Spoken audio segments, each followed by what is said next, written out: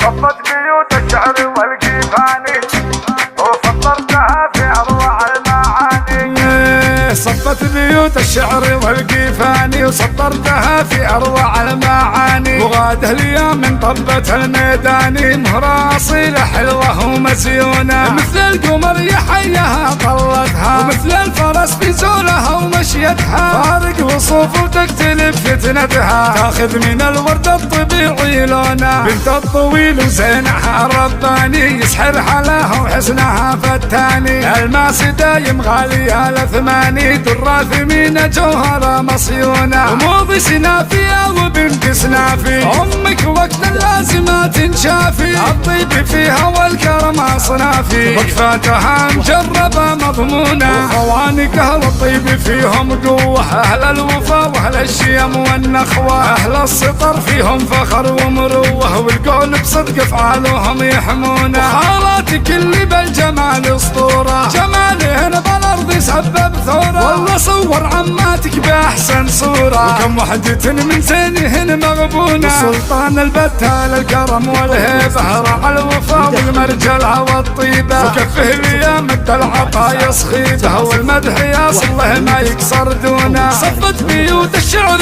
والكيفاني سطرتها في أروع المعاني. وغاده اليوم من طبة الميداني مهرها أصيلة حلوة ومزيونة. صفت بيوت الشعر والكيفاني وسطرتها في أروع المعاني. وغاده اليوم من طبة الميداني مهرة أصيلة حلوة ومزيونة. مثل القمر يحيها طلتها ومثل الفرس في زولها ومشيتها. فارق وصوف وتختلف فتنتها تاخذ من الورد الطبيعي لونها. بنت الطويل وزينها رباني يسحر حلاها وحسنها فتاني. الماس دايم غالية الثماني درة ثمينة جوهرة مصيونة. وموضي سنافية وبنت سنافي أمك وقت اللازمة تنشافي. الطيب فيها والكرم أصنافي وقفاتها مجربة مضمونة. وخوانقها والطيب فيهم قوة. أهل الوفا وأهل الشيم والنخوة. أهل السطر فيهم فخر ومروة والقول بصدق أفعالهم يحمونه. وخالاتك اللي بالجمال أسطورة جمالهن بالأرض سبب ثورة. والله صور عماتك بأحسن صورة وكم وحدة من زينهن مغبونة. سلطان البتال الكرم والهيبة راعى الوفا والمرجلة والطيبة. وكفه لي مد العطايا صخيبة والمدح يصله ما يكسر دونه. صفت بيوت الشعر